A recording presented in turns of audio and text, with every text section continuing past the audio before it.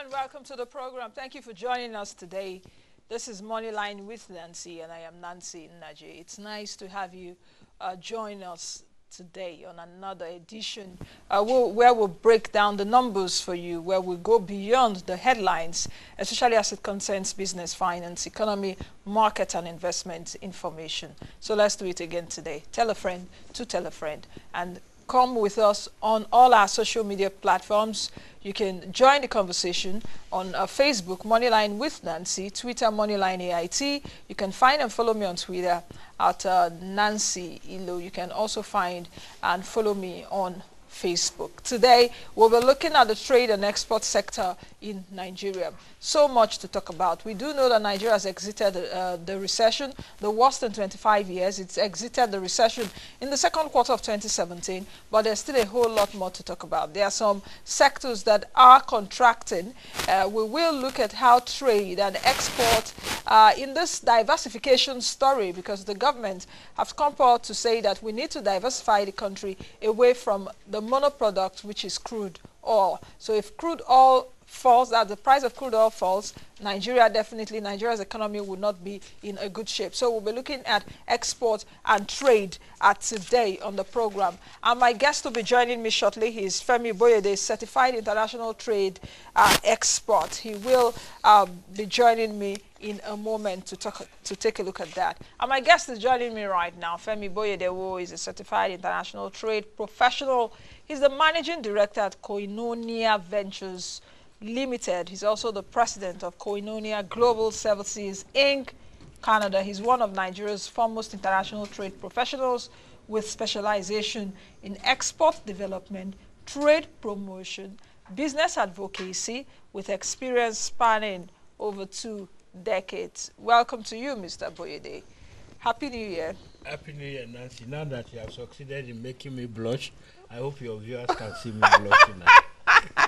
Welcome. Long time no see. How are you doing? Yeah, great. Thank you. And great work with Moneyline. Oh, well done. Thank you. Well Thank done. you. I appreciate that. Thank you. Talk to me about what's been happening in the trade and export. Just calibrate for me as a professional. Give me your own sense of it, and let me see if it aligns with what I think of the sector. How much time do we have to talk about that? Okay, just calibrate for me Some 2 days or 3 days? Just summarize in 1 minute so that we'll start from there. Well, I don't know. I don't know whether we are talking about what is happening, what could happen, or what is not happening and why it is not happening. These are, it bleeds my heart every time that we talk about Nigeria, and we're still in 2018, we are still at the level of talking about the potentials that Nigeria could attain. I think I want to go back to, I had a program in London in 2001, 17 years ago. One of the key presenters actually tagged Nigeria as a significant underachiever. Sadly, 17 years after, I think we're still to be appropriately classified as a significant underachiever. I heard your initial summary. Nigeria is busy celebrating an improvement in ease of business doing business ranking reports, from 169 to 145. Well, 169 to 145 in the last 3 years. But do we know where we are coming from? Let's take it 10 years ago. 10 years ago, Nigeria was 120 in the World Index of Ease of Doing Business. So what are we celebrating? If we have moved from 120 with a possible, and as at 10 years ago, our target was to be on the world's top 20 economies by 2020, 2 years from today. So now we are happy and celebrating, applauding, publicizing, promoting our movement from 170 or 169 to 145. There is nobody who is benchmarking us using the parameter of where we could be. I'm hearing people celebrating mediocrity. I'm hearing people ignoring what actually we could be and trying to elevate where we are. I'm hearing people talk about our foreign reserves moving back to $40 billion Thank you very much for already drawing our attention to the fact that nobody is telling us how it moved. So Nigeria is still significantly tied to oil. Talk about the queues, endless queues in our filling stations. Nobody is tying it to the fact that we did not make any preparation for the possibility of oil prices moving higher again. 145 was okay as long as oil price, world market prices of oil were at the recession rate. As soon as it started to move up, the parameters have not changed. Nigeria is still not refining its crude. The people out there are not interested in whether you are the world's sixth largest producer of crude oil, is what you are doing with it. I was chatting with a friend, I think 2 days ago, who gave me a very, very practical, pragmatic illustration of what we are talking about. A farmer in Ekiti or Benue State, the largest producers of yam, goes to the farm, collects his yam tubers, and gives it to a woman in Nasarawa and says, I want to eat pounded yam. This farmer can go to the market and buy mortar, but he doesn't buy mortar. He sends it to somebody and say, it is pounded yam I want to eat. So that person pounds the yam and says, look, one wrap of pounded yam is 400 naira. The yam that he sold to, or that he sent for processing, he probably sent it at 70 naira per tuber. But because he wants to eat pounded yam, he has to pay 400 naira for one wrap. Probably that tuber has produced 10 wraps. So who has the advantage? So the woman makes like 4,000 naira from a 70 naira yam. That's exactly where Nigeria is. I like the simple illustration so that people will understand, or like they say, the masses, which I don't like using. The masses will understand that we are not harnessing the various value chains in everything that we have. Nancy, God bless you. God bless you so much. Amen. For me. Because that word, harnessing, is missing in our national psyche. We are not harnessing anything. We're happy to announce that we are the world's largest producer of cassava. We're happy to announce that from Ekpe all the way to Seme is coastline that is overpopulated with coconut trees that were not planted by anybody. And when you're talking about world trade now in natural fruits, coconut is one of the top 3, if not top 2, that fetches the highest export prices.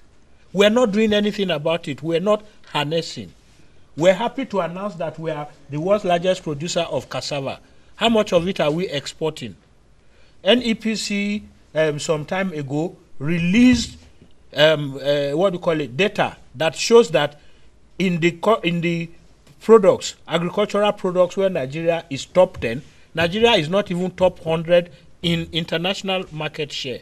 Where we are top 10 of producers. We are top 10 cassava, wheat, sorghum, cashew nuts, all of them. Palm oil. So, and then what is our position as exporter? What share of the export international market in these commodities is Nigeria controlling? In actual fact, is Nigeria actually controlling any commodity? And some of those commodities actually cost more than oil when they are being sold in the international market. Certainly. I remember the question I asked. This was 2009.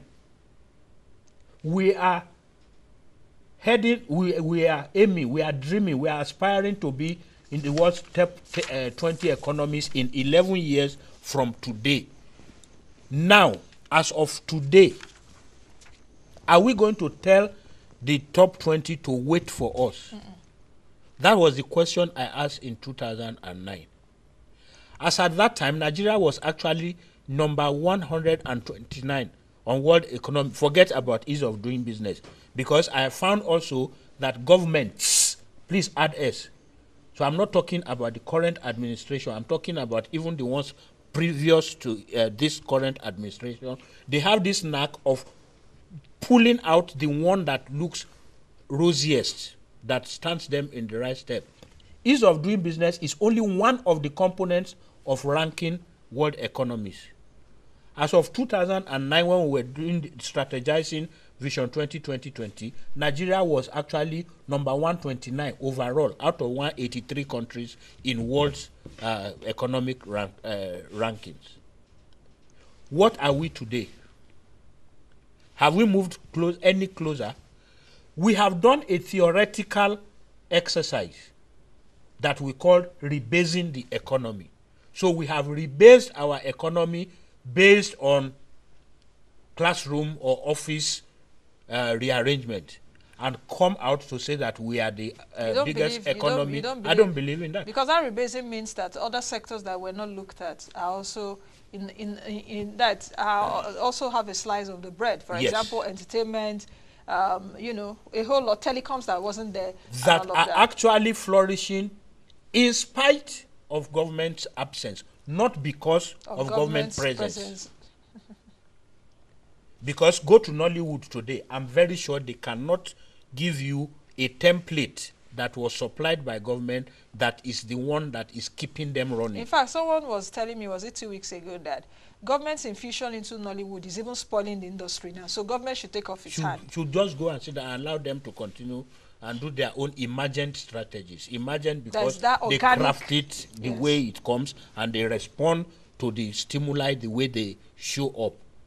And they've been able to. So government should latch onto them to continue to help government to fly Nigeria's flag as the world's emerging biggest entertainment industry. Okay. So that's the kind of thing that is worrying me. We're now saying that we are a diversified economy.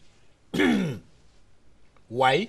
Because suddenly Fowler has, and I commend that guy, has now been able to redirect our thinking, or rather to persuade us to start paying taxes. And so we are celebrating our trillions coming in from taxes. But is that the diversification that some people like Femi Boyede have spent the last 30 years of their useful life campaigning for? Solutions that are right there in front of us that we decide that we are not interested in looking in addressing, but we are interested in looking up there. Now, are you not? Is tax going to replace oil? No. Because people need to prosper before they pay tax. People need to have jobs before they pay tax. So you're having how much tax do you even tax poor people? Yeah. And all of that, you know. But let's take a look at some of the efforts by government. The expansion grants. What do you think? The export expansion grant has been I've forgotten how one past president described it. Is it something dancing in a China shop? For as far as I'm concerned, up till today, it is still like you go to your barber's shop and he makes you sit down on the chair. It's all motion and no movement. Export expansion grant was technically suspended in 2014, I guess. This Minister of Trade and Investment? 2014.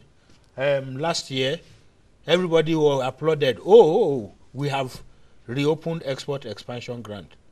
As of today, what is happening is that even the backlogs that are supposed to be processed have not been processed.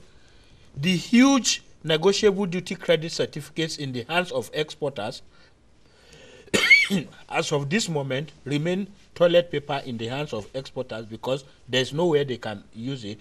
So now, thanks to countless efforts, now NEPC has succeeded in persuading the National Economic Executive, or the National Economic Team, to understand that these are debts that are owed, just like contracts. So it's been captured under the Presidential Promissory Note Committee, but nobody is able to use.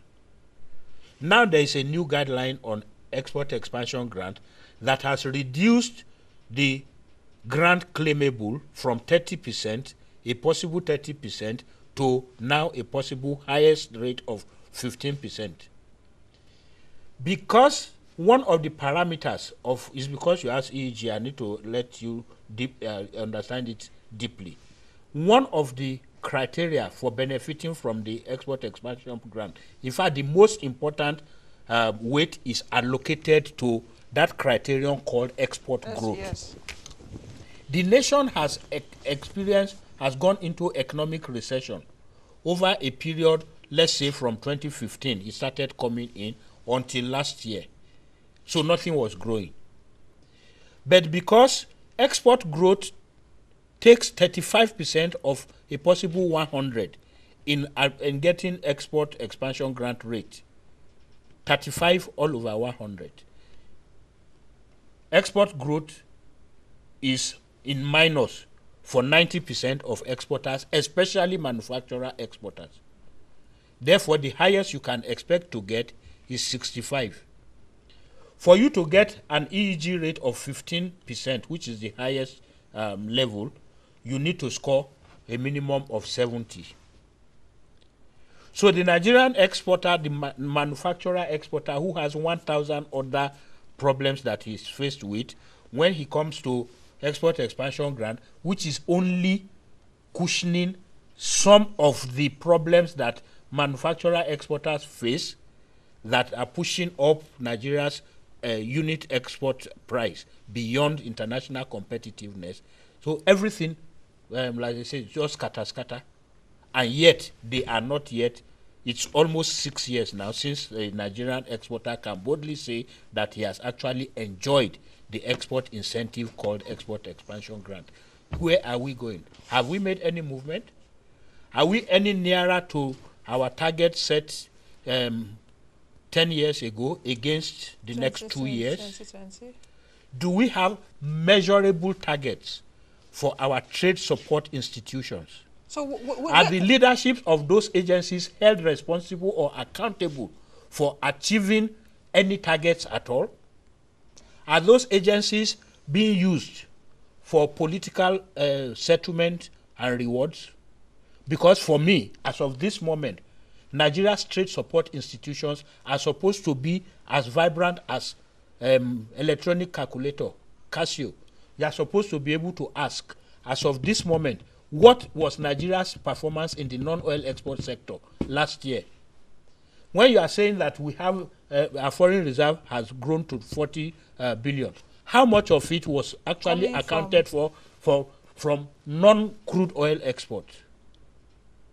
How many new exporters have gone into how many new markets? Measurable indices. Nobody is asking for accountability in this respect. How many policies that have been rolled out are actually integrated? Integrated as in from one end of the value chain to the rest. I'll give you one simple example. The current stalemate on palletization. Of course, the value that you get from palletizing your imports or your exports, you cannot quantify. It's very, very important in the area of quality control. How many Nigerian exporters are aware that palletization can even give them premium? So it started from an import guideline. It became important that any imports coming to Nigeria has to be palletized, and you have to have a certificate, a CCI, identifying that you have complied.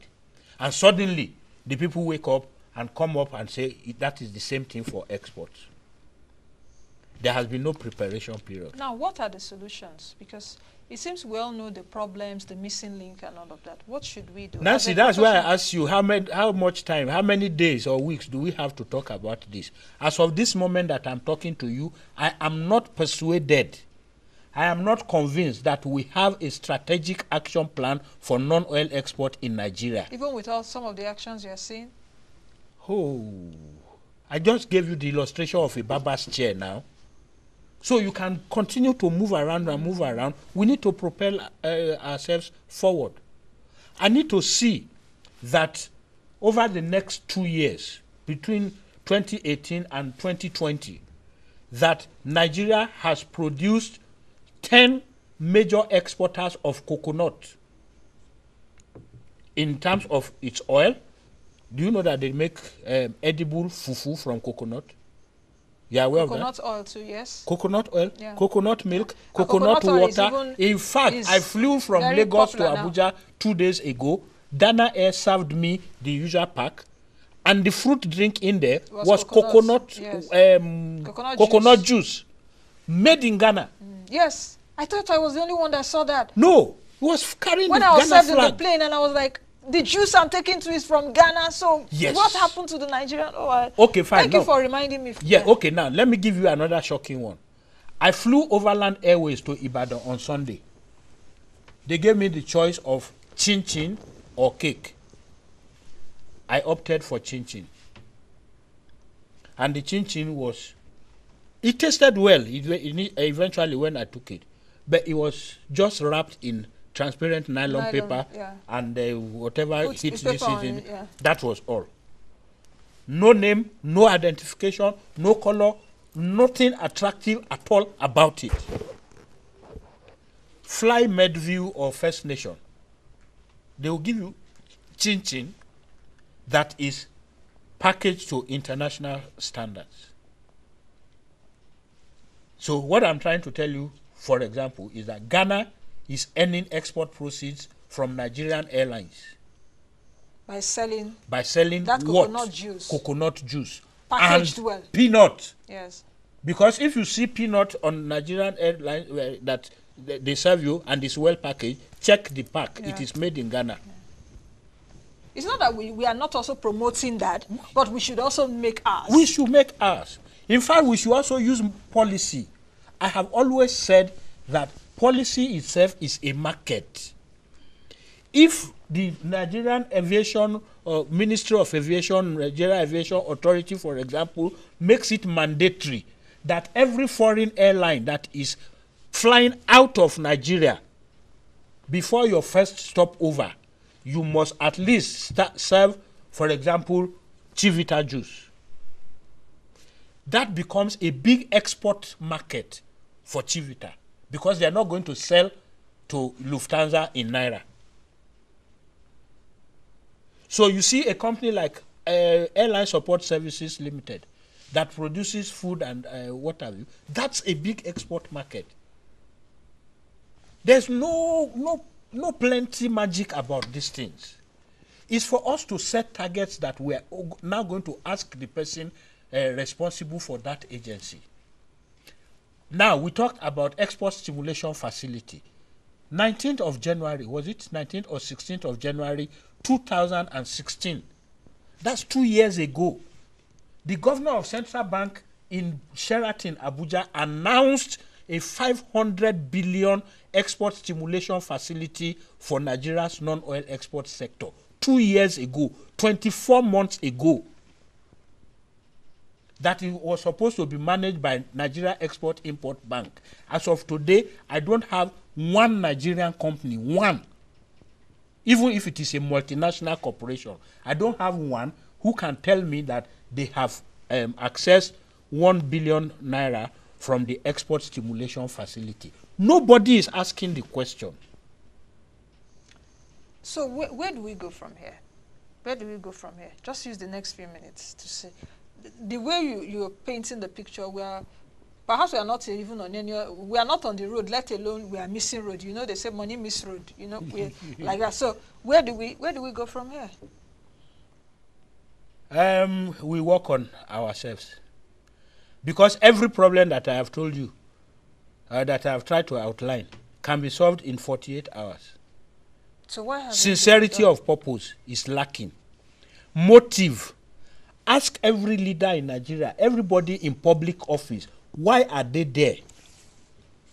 Do they know that they owe a responsibility to effect change?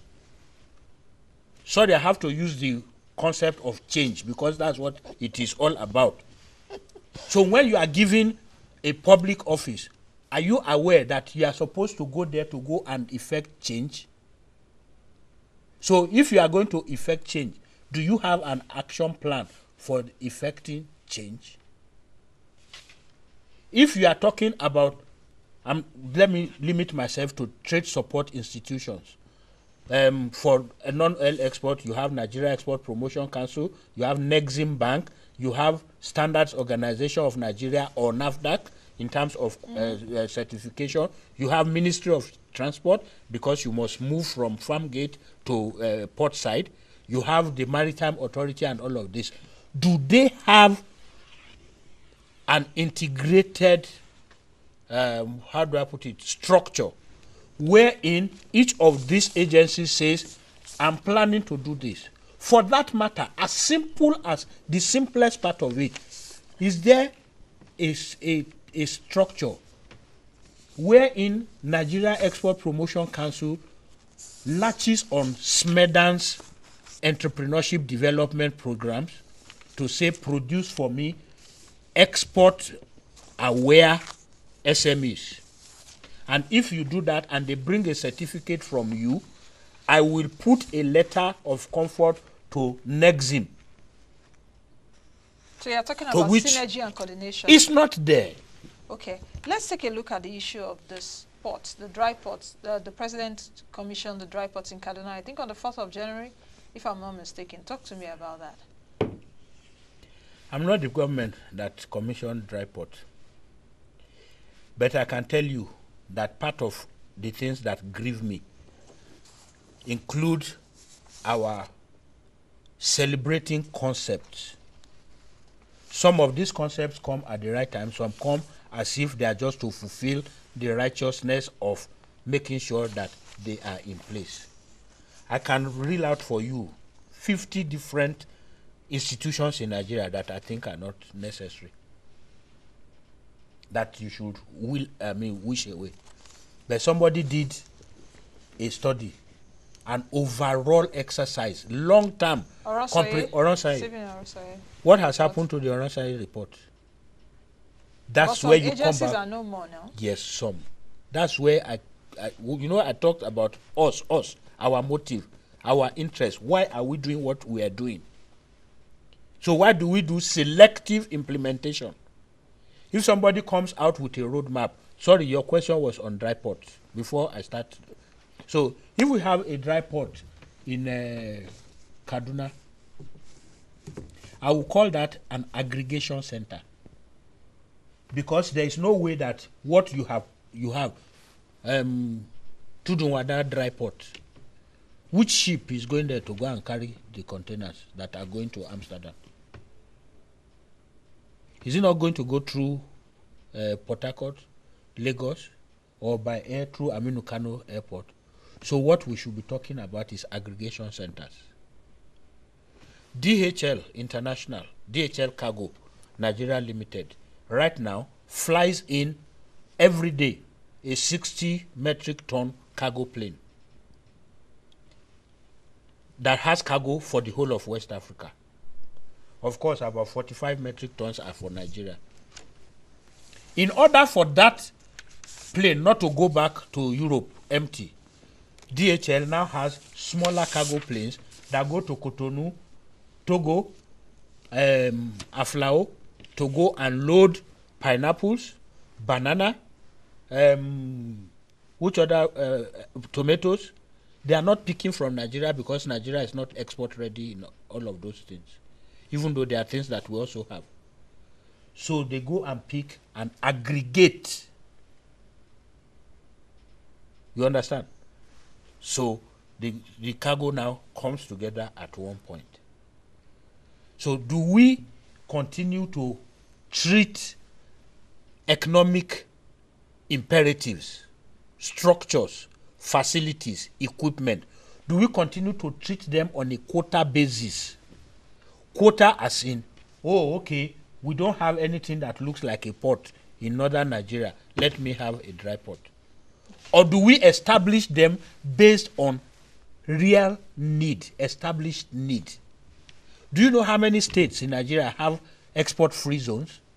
Do you know how many are wasting billions on airports, including my own state, Ekiti, that must spend billions of naira to set up an airport when the one in Akure is underutilized, when there's another one close by in Ibadan that are all termed international airports? Are we, our thinkers, are they thinking because of actually moving this economic entity called Nigeria forward to par with others? or because it is in the national budget and therefore it has to be spent. All right, let's take some comments before we end the show. Wafo says, hard blink truth from your guest. Government needs painstaking strategic planning, implementation, and fiscal responsibility for effective diversification and all-round development. The movie Wedding Party generated 200 million naira alone, just one movie. Imagine what 10 can generate. Ugu said, your guest today is a bomb.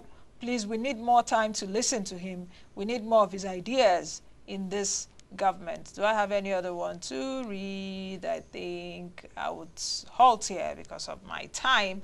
Your final thoughts, because just like you said, if we're looking at trade and export, it would take me like 1 week on the show to do a series on trade and export. But tell me what your final thoughts are. You've reeled out, you know, a whole lot of things. What are your final thoughts? Nancy, let me remind you, your viewers, and the Nigerian government, because I have said those thoughts on this platform before.